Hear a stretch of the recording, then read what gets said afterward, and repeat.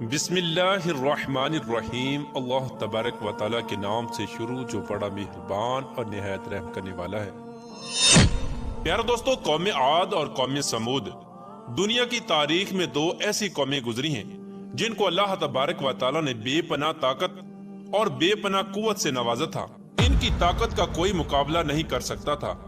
یہ قوم دنیا کی لمبی ترین قوم تھی۔ ان کے جیسی قوم نہ ان سے پہلے آئی اور نہ ہی ان کے بعد اللہ تبارک و تعالیٰ نے ان کے جیسی کسی قوم کو پیدا فرمایا۔ پیارے دوستو، آج کی اس ویڈیو میں ہم قوم سمود کے بارے میں بات کریں گے جو قوم عاد کے بعد آباد ہوئی۔ قوم عاد دنیا کی سب سے پہلی طاقتور ترین قوم تھی۔ اس قوم نے اللہ تبارک و تعالیٰ کی نافرمانی کی اور گناہوں کے اندر مبتلا ہو گئے، تو اللہ تبارک و تعالیٰ نے اس قوم پر اپنا دردناک عذاب نازل فرمایا اور اس قوم کو ہلاک و برباد کر دیا۔ اس قوم کا نام و نشان صفحہ ہستی سے مٹا دیا گیا۔ اس طرح قوم عاد کی ہلاکت کے بعد ایک دوسری قوم مارز وجود میں آئی جس کو قوم سمود کہا جاتا ہے۔ قوم سمود قوم عاد کی نسل سے ہی تھی اور یہ دنیا کی دوسری طاقتور ترین قوم تھی۔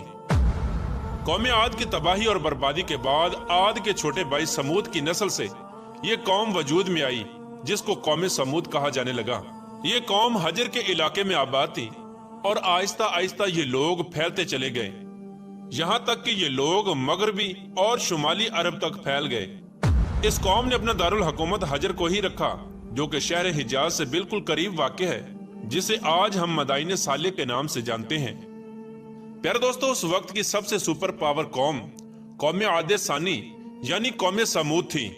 اللہ تبارک و تعالیٰ کا ان پر یہ خاص کرم تھا کہ یہ قوم انتہائی طاقتور تھی اور اللہ تبارک و تعالیٰ نے ان کو بے شمار نعمتوں سے بھی نوازا تھا۔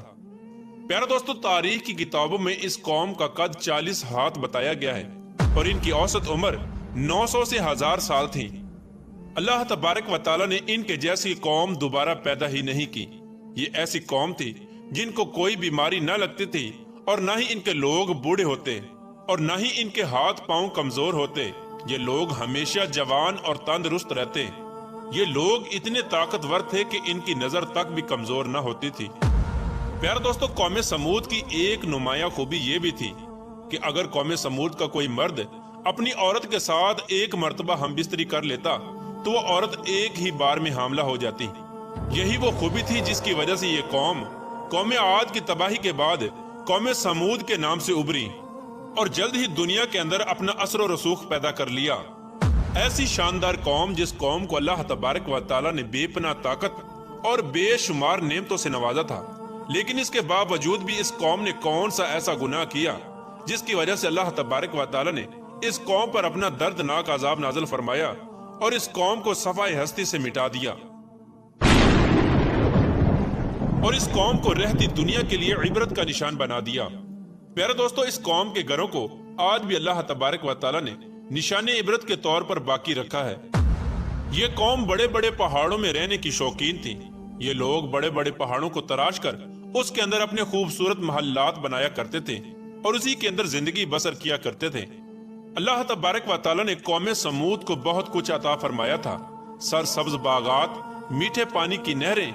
اور پتھریلی زمین پر ہر قسم کے پھل۔ اس قوم کے عالی شان محلات اتنے خوبصورت تھے کہ صرف دور دراز سے لوگ ان کے عالی شان محلات کو دیکھنے کے لیے آیا کرتے تھے۔ پیارے دوستو، قوم سمود اپنے عالی شان محلات اور سرسبز و شاداب باغات اور خوبصورت مرغزاروں اور نعمتوں کی فراوانی کی وجہ سے یہ قوم غرور اور تکبر میں آ گئی اور سرکشی کے نشے میں دھت ہو کر اللہ تبارک و تعالیٰ کی نافرمانیاں کرنے لگے اور اللہ تبارک و تعالیٰ کی وحدانیت کو چھوڑ کر اپنے ہاتھوں سے تراشے ہوئے بتوں کی پوجا کرنے لگے۔ اور یہ بات بھی بھلا بیٹھے کہ کچھ عرصہ پہلے اللہ تبارک و تعالیٰ نے انہی کی قوم پر انہی گناہوں کی وجہ سے اپنا دردناک عذاب نازل فرمایا تھا اور اس قوم کو صفحہ ہستی سے مٹا دیا تھا۔ پیارے دوستو، اس دنیا کی طاقتور اور بدبخت قوم کی طرف اللہ تبارک و تعالیٰ نے اپنے پیارے نبی حضرت صالح علیہ السلام کو مبعوث فرمایا تھا۔ چنانچہ حضرت صالح علیہ السلام نے اللہ تبارک و تعالیٰ کے حکم کے مطابق اس قوم کو بت پرستی سے منع کیا اور اللہ تبارک و تعالیٰ کی وحدانیت کی طرف بلایا اور ایک سچے خدا کی عبادت کرنے کا حکم دیا۔ لیکن قوم کے سرداروں نے حضرت صالح علیہ السلام کو جھوٹا ثابت کرنے کے لیے ان سے معجزہ طلب کر لیا۔ اس قوم کے سردار حضرت صالح علیہ السلام سے کہنے لگے کہ آج تک جو بھی نبی آیا وہ اپنے ساتھ کوئی نہ کوئی معجزہ لے کر آیا، اگر تم اللہ تبارک و تعالیٰ کے سچے نبی ہو تو ہم کو معجزہ دکھاؤ۔ چنانچہ حضرت صالح علیہ السلام نے اس قوم کے سرداروں سے پوچھا کہ آپ لوگ کون سا معجزہ چاہتے ہو؟ تو اس وقت اس قوم کے سردار کہنے لگے، یہ جو سامنے چٹان ہے اس میں سے ایک ایسی اونٹنی نکل کر آئے جو گابن ہو اور آتے ہی بچے کو جنم دے دے، اور وہ ہم سب کے لیے دودھ دے، اور وہ دنیا کی خوبصورت ترین اونٹنی ہو، اور اس کے ساتھ ساتھ وہ اونٹنی ایسی ہو جس کا کوئی ماں باپ نہ ہو۔ چنانچہ حضرت صالح علیہ السلام نے ان سرداروں کی یہ بات سن کر اللہ تبارک و تعالیٰ کی بارگاہ میں یہ دعا کی، تو ان کے دیکھتے ہی دیکھتے سامنے پہاڑ میں سے ایک خوبصورت حاملہ اونٹنی نکل کر آئی، اور آتے ہی اس اونٹنی نے ایک حسین و جمیل بچے کو جنم دیا۔ اس وقت اس اونٹنی کے تھن دودھ سے بھرے ہوئے تھے، اور اس اونٹنی نے اتنا دودھ دیا کہ سب لوگوں نے پیٹ بھر کر دودھ پی لیا۔ اس کے باوجود بھی دودھ وافر مقدار میں موجود تھا۔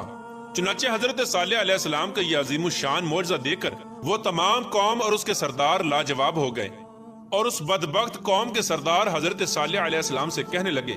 کہ اے صالح علیہ السلام، یہ تو سراسر جادو ہے۔ اس طرح اس قوم کے بدبخت سرداروں نے اور اس قوم نے یہ معجزہ دیکھنے کے باوجود بھی حضرت صالح علیہ السلام پر ایمان لانے سے انکار کر دیا، اور اسی طرح اپنے کفر و شرک پر اڑے رہے۔ چنانچہ اس قوم کے کچھ لوگوں نے حضرت صالح علیہ السلام کی اونٹنی کو نقصان پہنچانے کی کوشش کی، تو حضرت صالح علیہ السلام نے ان لوگوں سے کہا کہ یہ اللہ تبارک و تعالیٰ کی بھیجی ہوئی اونٹنی ہے جو تمہارے لیے ایک معجزہ ہے۔ اب تم اس اونٹنی کو اللہ تبارک و تعالیٰ کی زمین میں چھوڑ دو،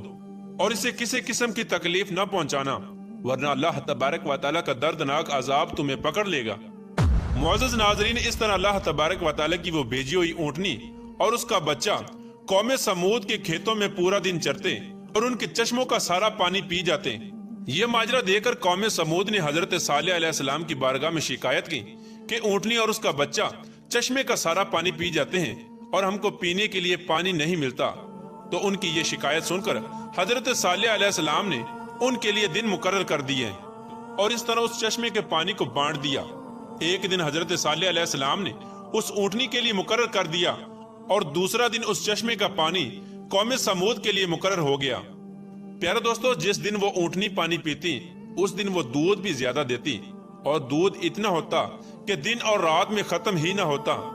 جس طرح کہ اللہ تبارک و تعالیٰ قرآن پاک میں اس بات کی طرف اشارہ کرتے ہوئے ارشاد فرماتا ہے، اور حضرت صالح علیہ السلام نے اپنی قوم سے کہا کہ یہ اونٹنی ہے، ایک دن اس کی پانی کی باری ہے اور ایک معین دن تمہاری پانی کی باری ہے،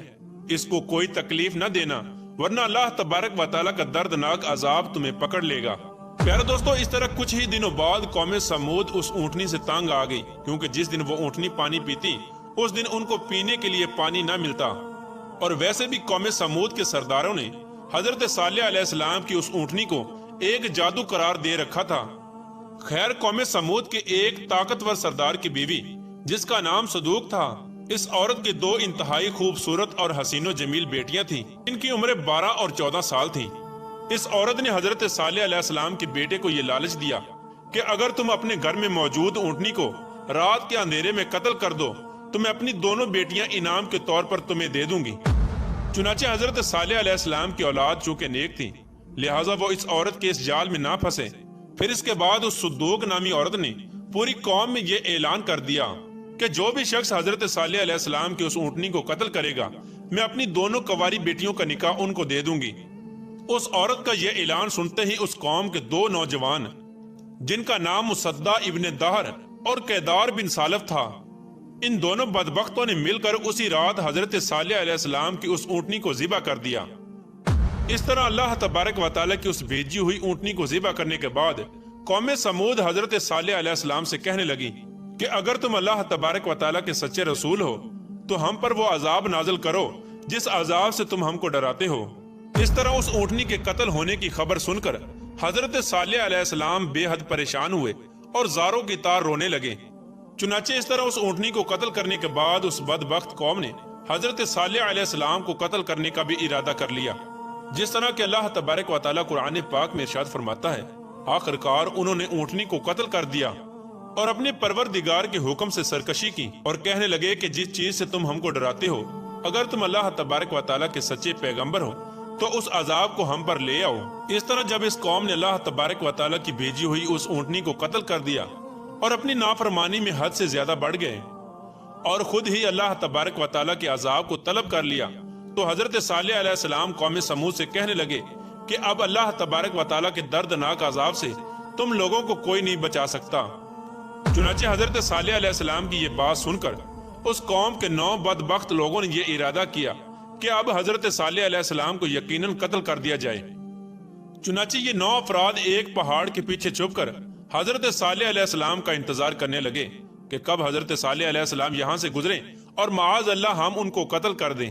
لیکن اللہ تبارک و تعالیٰ کی حکمت ایسی ہوئی کہ اللہ تبارک و تعالیٰ نے اسی رات ان 9 افراد پر پتھروں کی بارش برسا دی، جس کی وجہ سے وہ 9 کے 9 افراد ہلاک ہو گئے۔ اور صبح پوری قوم کے لوگوں نے ان 9 افراد کی لاشوں کو دیکھا۔ اس طرح اللہ تبارک و تعالیٰ کے دردناک عذاب اور ان 9 افراد کی لاشوں کو دیکھنے کے باوجود بھی قوم سمود اپنی سرکشی سے باز نہ آئی اور اسی طرح بت پرستی کے اندر مبتلا رہی اور اللہ تبارک و تعالیٰ کی نافرمانیوں میں مزید حد سے بڑھنے لگے۔ اس طرح جب حضرت صالح علیہ السلام کی قوم قابل ہدایت نہ رہی تو اس وقت حضرت صالح علیہ السلام نے اپنی قوم سے کہا کہ تمہارے پاس صرف 3 دن باقی بچے ہیں، جتنی چاہے عیش و عشرت کر لو اور شراب و شباب میں گزار لو۔ 3 دن کے بعد اللہ تبارک و تعالیٰ کا دردناک عذاب تمہارا منتظر ہے۔ جس طرح کہ اللہ تبارک و تعالیٰ قرآن پاک میں ارشاد فرماتا ہے کہ جب انہوں نے اس اونٹنی کو قتل کر دیا تو حضرت صالح علیہ السلام نے اپنی قوم سے کہا کہ 3 دن اپنے گھروں میں فائدہ اٹھا لو اور یہ وعدہ جھوٹا نہیں۔ اس طرح جب حضرت صالح علیہ السلام نے اپنی قوم کو اللہ تبارک و تعالیٰ کے دردناک عذاب کی وعید سنائی تو اس قوم کے بے شرم لوگوں نے حضرت صالح علیہ السلام کا مذاق اڑانا شروع کر دیا اور اس قوم کے بے شرم لوگ حضرت صالح علیہ السلام سے یہ کہنے لگے کہ آپ ہی بتا دیں کہ ہم یہ 3 دن شراب میں گزاریں یا شباب میں گزاریں۔ تو حضرت صالح علیہ السلام فرمانے لگے کہ پہلے دن تمہارے چہروں کا رنگ زرد ہو جائے گا اور دوسرے دن تمہارے چہروں کا رنگ سرخ ہو جائے گا اور تیسرے دن تمہارے چہرے سیاہ ہو جائیں گے اور چوتھے دن اللہ تبارک و تعالیٰ کا دردناک عذاب تم پر مسلط ہو جائے گا۔ چنانچہ حضرت صالح علیہ السلام کی قوم پر اس بات کا کوئی اثر نہ ہوا، وہ اسی طرح اپنی نافرمانی میں مبتلا رہے اور اللہ تبارک و تعالیٰ کی نافرمانیاں کرتے رہے۔ اور پھر حضرت صالح علیہ السلام کے حکم کے مطابق تیسرے دن ایسا ہی ہوا، جب ان کے چہرے کالے ہو گئے تو اپنے کالے چہرے دیکھ کر وہ قوم ڈرنے لگی اور ایک دوسرے سے کہنے لگی کہ نہ جانے کون سا دردناک عذاب اب ہم پر نازل ہوگا اور نہ جانے کس طرح کے عذاب کے اندر ہم کو مبتلا کیا جائے گا۔ چوتھے دن ایک زوردار اور خوفناک چیخ آسمانوں سے نکلی، جس چیخ کی وجہ سے تمام قوم سمود کے لوگوں کے کانوں کے پردے پھٹ گئے اور ان کے دل جیسے باہر آنے لگے اور روحیں جسموں کو چھوڑنے لگی، اور چند ہی لمحوں میں وہ لوگ جہاں جہاں پر موجود تھے وہیں اپنی اپنی جگہ پر اوندے منہ گر گئے اور تڑپ تڑپ کر سب ہلاک ہو گئے۔ پھر اس کے بعد اللہ تبارک و تعالیٰ نے ایک ایسا دردناک زلزلہ بھیجا جس زلزلے کی وجہ سے انہی کے گھروں کو انہی پر گرا دیا گیا، جس طرح کہ اللہ تبارک و تعالیٰ قرآن پاک میں ارشاد فرماتا ہے، اور جب ہمارا حکم آ گیا تو ہم نے حضرت صالح علیہ السلام کو اور جو لوگ ان کے ساتھ ایمان لائے تھے ان کو اپنی مہربانی سے بچا لیا اور اس دن کی رسوائی سے محفوظ رکھا۔ بے شک تمہارا پروردگار بہت طاقتور ہے اور زبردست ہے۔